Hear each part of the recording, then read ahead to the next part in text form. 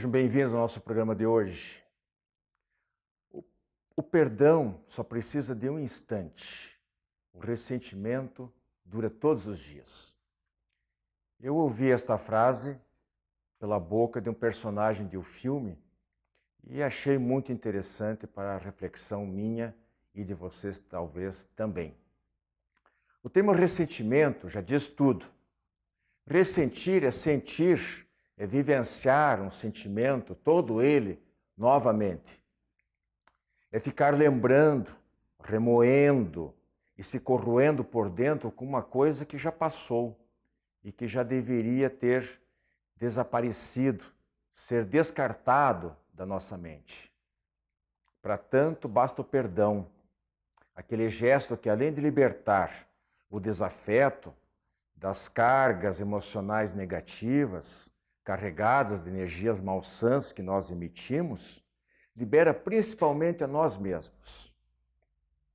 Desata os nós de angústia, de revolta, de tristeza, que nos amarrava a um outro ser, que talvez sim tenha errado contra nós, mas que merece a nossa complacência, tanto quanto nós também já necessitamos e provavelmente ainda necessitaríamos muitas vezes. Perdão, gesto sublime, que conforme a explicação do Cristo, exalta a nossa alma, justamente porque nesse movimento nós estamos nos humilhando.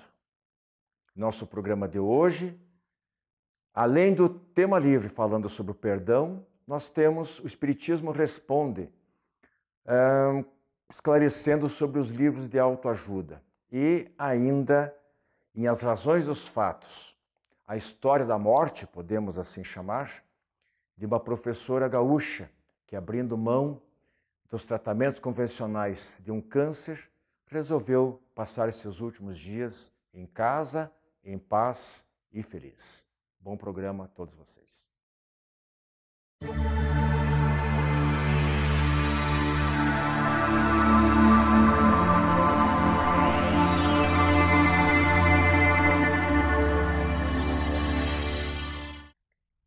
Amigos do Diálogo Espírita, como eu acabei de colocar na nossa abertura, em nossa voz, o nosso tema de hoje é sobre o perdão.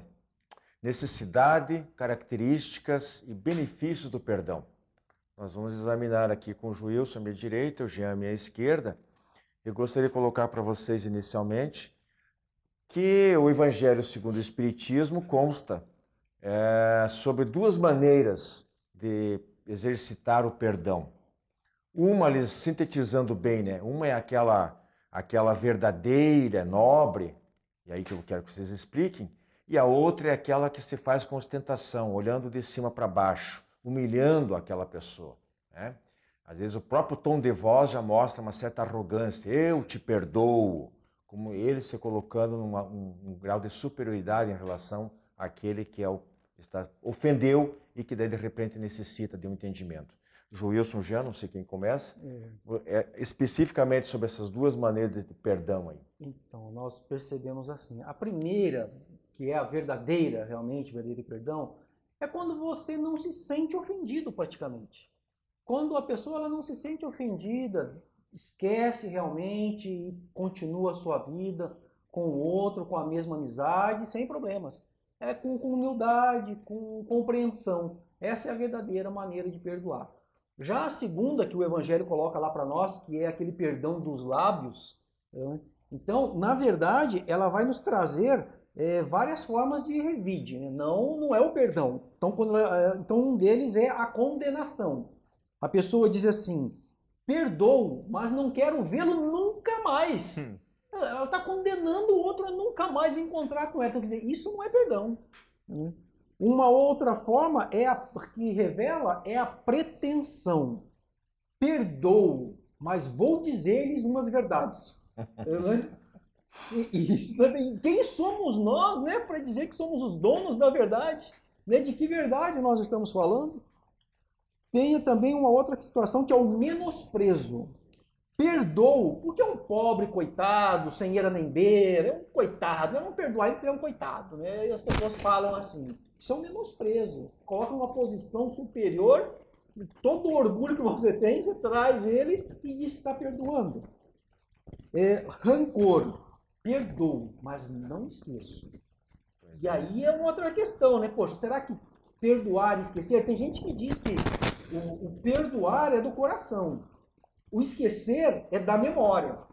E tem gente que acha difícil conciliar essas duas situações. Então, se você está pensando o tempo todo, se você está lembrando o tempo todo, a própria ciência já diz que quando nós lembramos de uma situação pela qual nós passamos, nós trazemos toda aquela carga emocional de novo.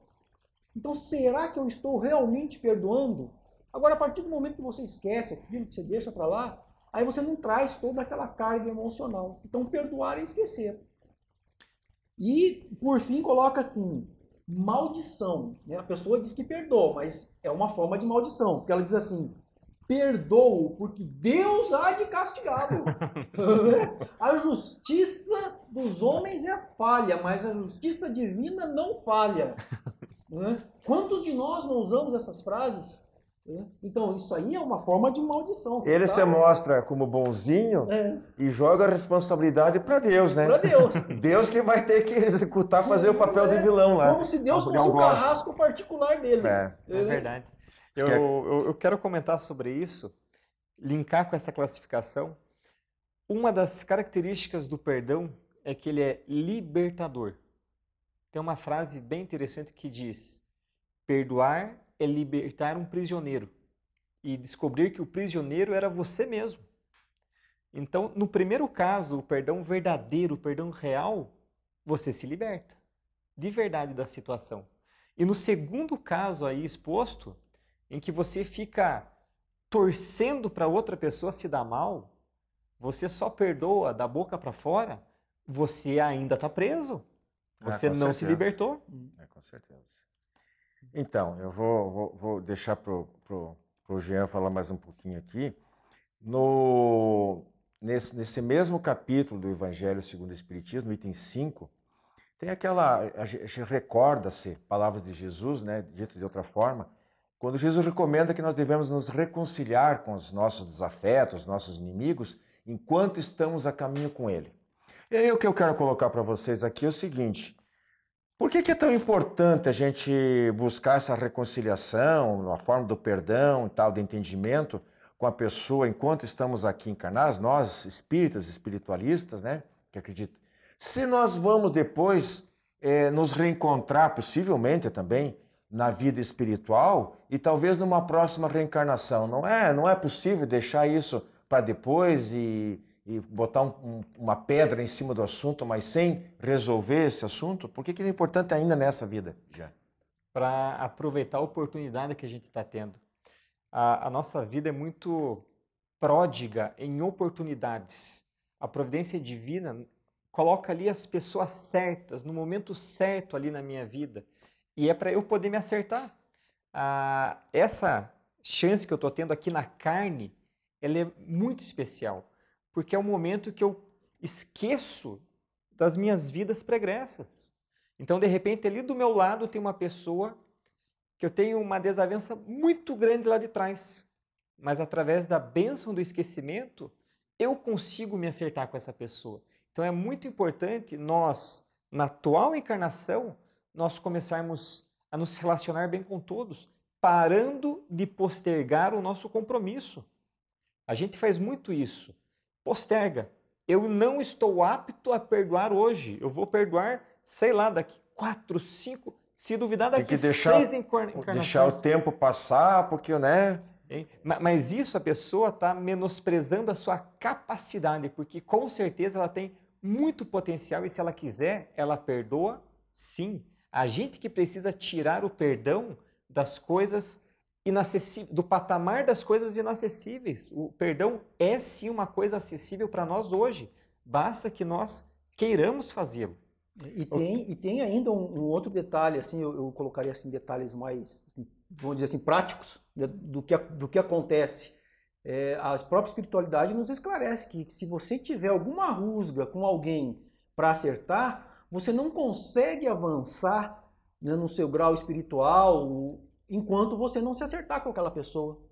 E muitas vezes nós vemos aí casos, relatos na literatura espírita de seres que tiveram que reencarnar para resgatar uma dívida que tinha com o outro lá, para daí ele poder continuar na sua escala evolutiva.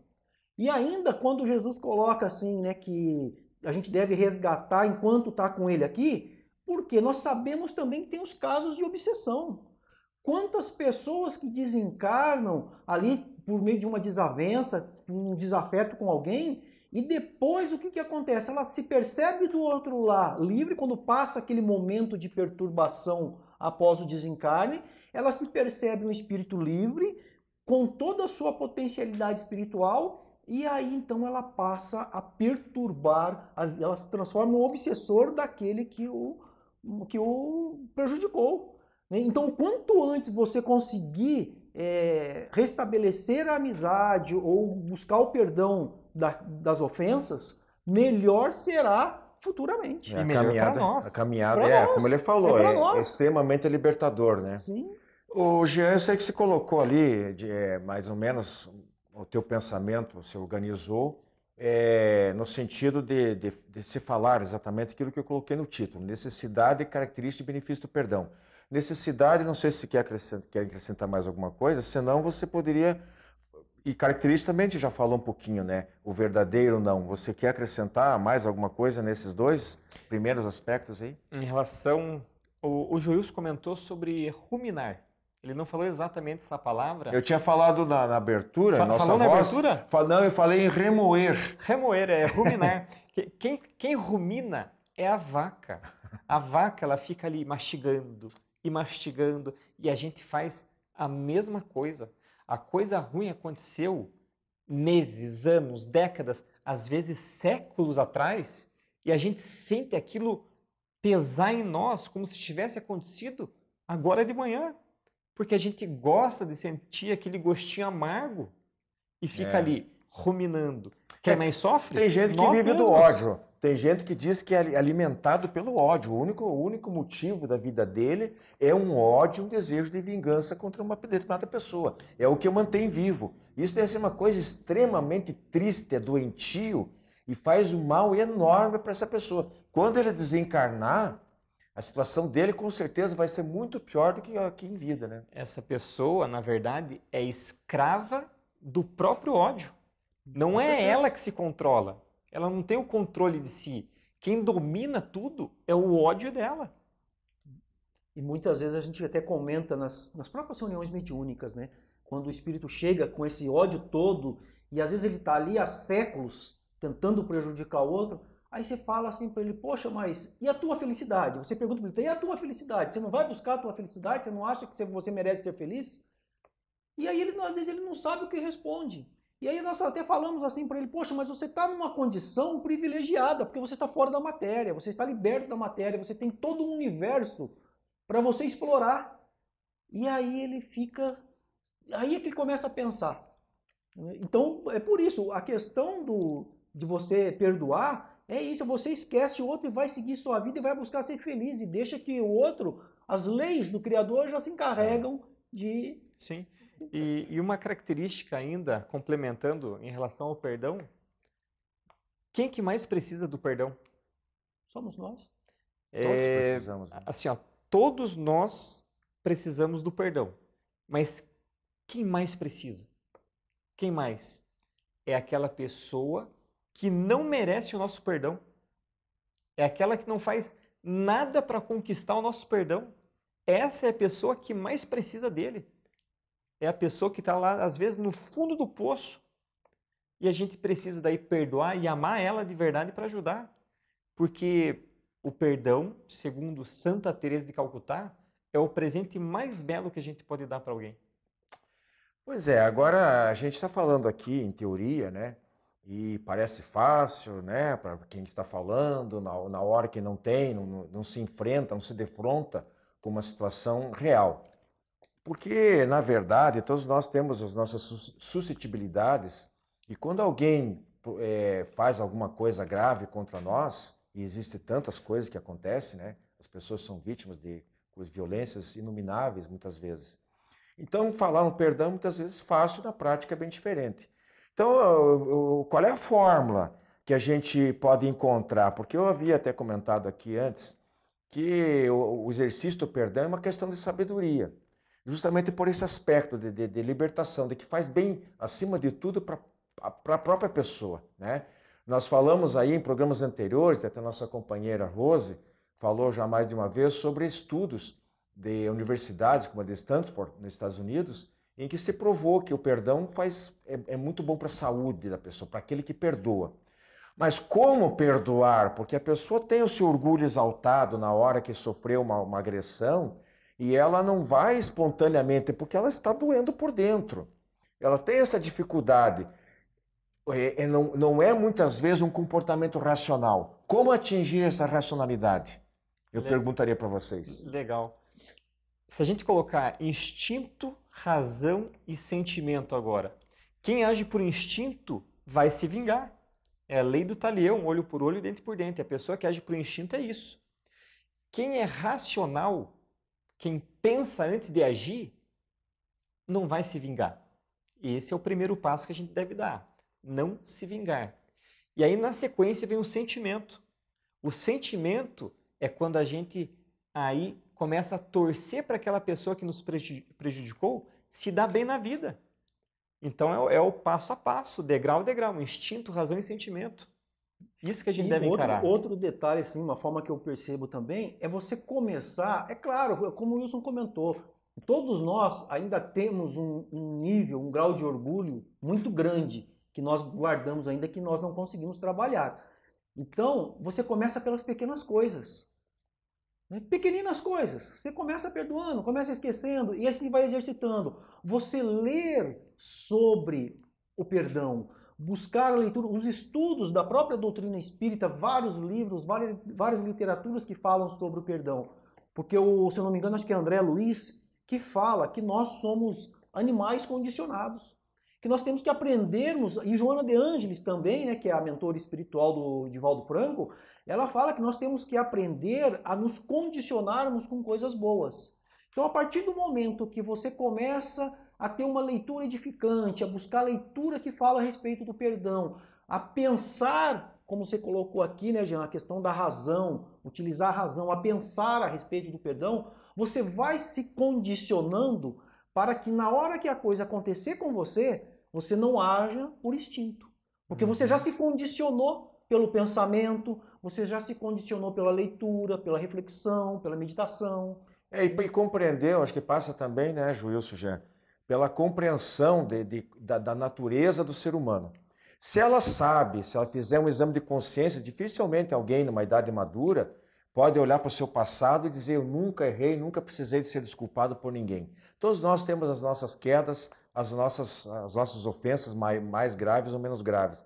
Então essa compreensão de que todos nós somos irmãos e que nós dependemos lá, como diz o Evangelho, não julgueis para não serem julgados, ou a própria prece de Pai Nosso, que diz: perdoa as nossas dívidas, a gente pede a Deus. A discussão se Deus perdoa ou não perdoa, como é que é esse procedimento, nós analisamos em outra oportunidade.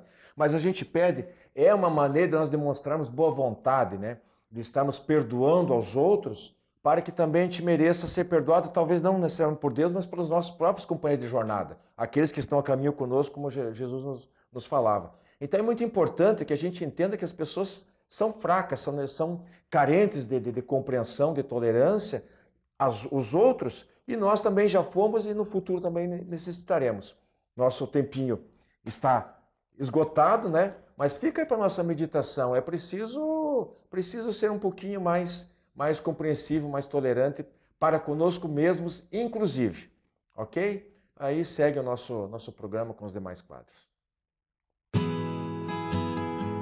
A Casa Editora Oclarim divulga há mais de um século a luz e o conhecimento da doutrina espírita com valioso conteúdo, de belíssimos romances a esclarecedoras obras doutrinárias. Conheça, divulgue e compartilhe a lucidez do Espiritismo. Casa Editora Oclarim.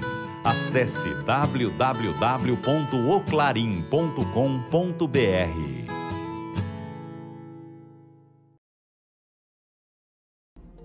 As encadernações da revista Ser Espírita, um acervo para o presente e para o futuro. As encadernações da revista Ser Espírita organizam e protegem os resultados do estudo e das interpretações mais recentes sobre os princípios fundamentais da doutrina espírita, à luz da filosofia, da ciência e da religião. Cada encadernação contém 6 edições, das 30 unidades publicadas até o momento. Você agora pode adquirir a coleção da revista Ser Espírita contatando www.livrariaserespirita.com.br.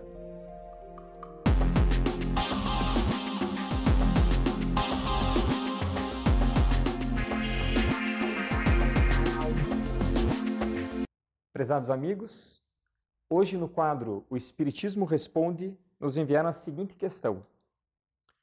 O que os espíritas pensam dos livros de autoajuda? Ajudam mesmo em alguma coisa? Interessante questão que o telespectador nos enviou. E a gente começa analisando que todas as obras, existem as boas, existem as ruins. É preciso diferenciar. Por isso, tudo que for ler, tudo é preciso ler com critério, com análise, com muita atenção. A gente não pode achar que tudo que está num livro está certo. Tem muita gente que diz assim, se está na internet é porque está certo. É mentira, tem muita coisa na internet que é mentira. Se está num livro de autoajuda, se está num livro editado, é porque é verdade. Também não. Então é preciso atenção, análise e critério. Mas vamos analisar. Hoje eu peguei a lista dos 11 livros mais lidos de autoajuda em 2018. Sobre o que trata esses livros? Trata de otimismo, técnicas de neurolinguística, propósito na vida, prioridades, foco, superar obstáculos, gratidão, liderança, servir, felicidade. Esses assuntos as pessoas devem ler sobre. E aí, lendo com análise, melhor ainda. Perfeito. Muitas vezes esses livros nos dão insights do que fazer na vida. Pense assim, um livro de 200 páginas que fala ali sobre gratidão, de repente fala uma frase que impacta a gente de tal maneira que pode, talvez, mudar até a nossa vida. E todos esses temas que eu elenquei agora, todos esses temas é possível nós linkarmos com a doutrina espírita. Aqui eu vou repetir alguns deles.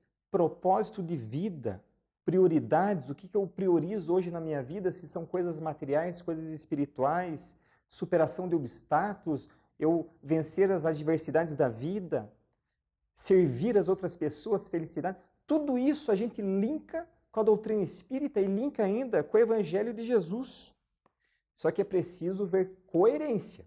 Se de repente nós estamos vendo num livro de autoajuda que ele fala uma coisa assim que seja contra a doutrina espírita, contra o Evangelho de Jesus, nesse momento a gente fecha o livro, deixa ali do lado e vai ver um outro livro.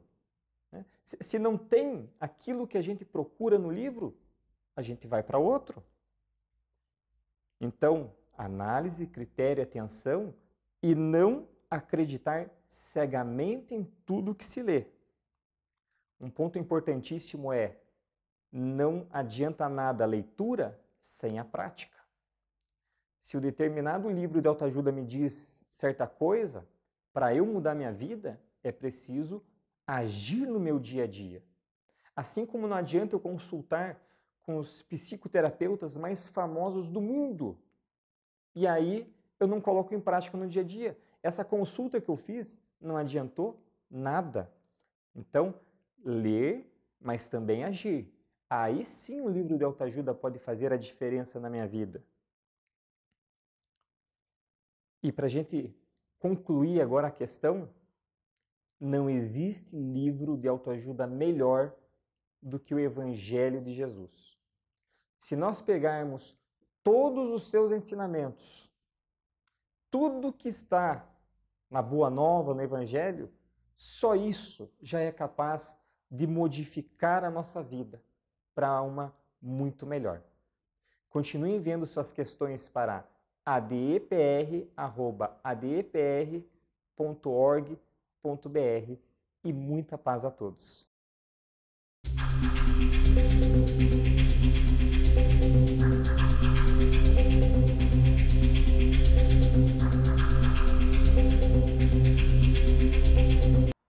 A professora gaúcha Ana Beatriz Cerizara, acometida desde o ano passado por um câncer em fase terminal, resolveu não se submeter aos tratamentos convencionais, a rádio, quimioterapia e eventualmente cirurgias, que aliás ela precisaria fazer, e deixar a doença seguir o seu curso normal.